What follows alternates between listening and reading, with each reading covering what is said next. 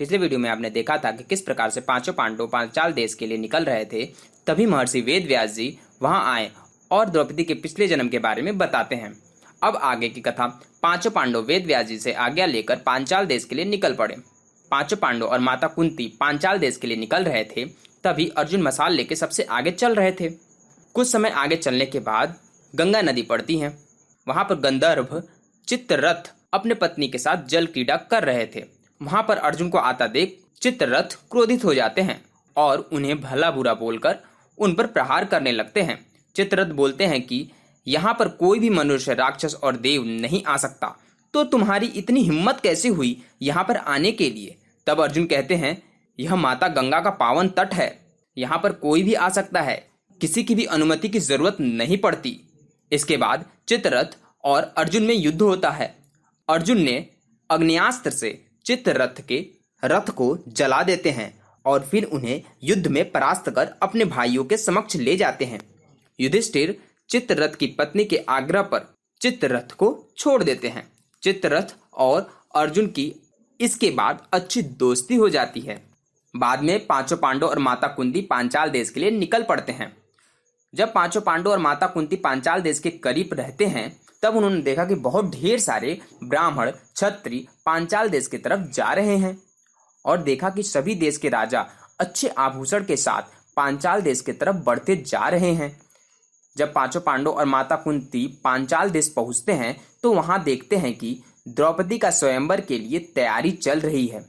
सभी राजाओं के लिए एक ऊंचा स्थान का रंगमंच तैयार है।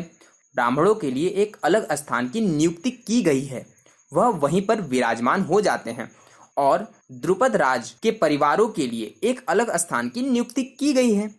नीचे के तरफ स्वयंवर बनाया गया है जो कि अद्भुत रूप से सुशोभित है।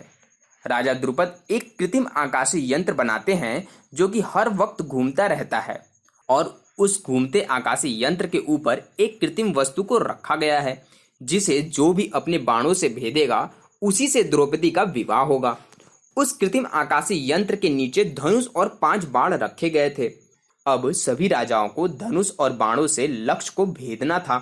कुछ समय बाद द्रौपदी का आगमन होता है। उसे देखते ही सभी लोग मोहित हो जाते हैं। द्रौपदी का स्वयंवर देखने के लिए दूर दूर से लोग आए थे। आकाश पूरी तरीके से यक्ष, गंधर्व और देवताओं से भर गया था। द्रौपदी के स्वयंवर में भगवान श्री कृष्ण और उनके बड़े भाई बलदाऊ भी उस स्वयंवर को देखने के लिए आए हुए थे। भगवान श्री कृष्ण पांचों पांडवों और कुंती को देखकर पहचान जाते हैं और भगवान श्री कृष्ण अपने बड़े बलदाऊ से हंसकर उन्हें दिखाते हैं। तब शंखनाद होते ही द्रौपदी का स्वयंवर प्रारंभ हो जाता है। सभी राजा अपनी प्रतिभा दिखाने के लिए उस धनुष के पास जाते हैं, लेकिन उस लक्ष्य को भेदना तो दूर, उस धनुष को उठाने में भी असमर्थ रहते हैं। सभी राजाओं को असमर्थ देखते ही महादानी कर्ण उस धनुष के पास आते हैं और उस धनुष को उठाकर एक साथ 5 बाणों को लेकर लक्ष्य पर निशाना लगाते हैं। तब तक द्रौपदी यह कहकर रोक देती है कि वह किसी सूत पुत्र से विवाह नहीं कर सकती।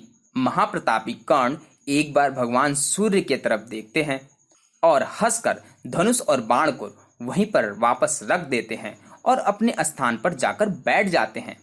इसके बाद दुर्योधन भी उस लक्ष्य को भेदने की कोशिश करते हैं, परंतु वह इस कार्य में सफल नहीं हो पाते। सभी राजाओं को असफल देख अर्जुन अपने स्थान से उठते हैं, जो कि ब्राह्मण की श्रेणी में बैठे हुए थे। अपने स्थान से उठकर तुरंत उस स्थान पर आ जाते हैं जहां पर धनुष और बाण रखा हुआ था। फिर अर्जुन धनुष की 5 बार परिक्रमा करते हैं। इसके बाद तुरंत धनुष और बाण से अपने लक्ष्य को भेद देते हैं। यह देख वहां के सभी उपस्थित राजाओं में हाहाकार मच गया और द्रौपदी मन ही मन मुस्कुराते हुए अर्जुन के गले में वरमाला डाल देती है। इस कथा में इतना ही। अगली कथा में इस स्वयंवर में आगे क्या होता है उसके बारे में जानेंगे। तो दोस्तों, आपको हमारा वीडियो कैसा लग रहा है आप हमें अवश्य बताएं। वीडियो पसंद आए तो लाइक, शेयर, सब्सक्राइब अवश्य करें। नेक्स्ट वीडियो मिलते हैं, तब तक के लिए bye bye. Thank you for watching.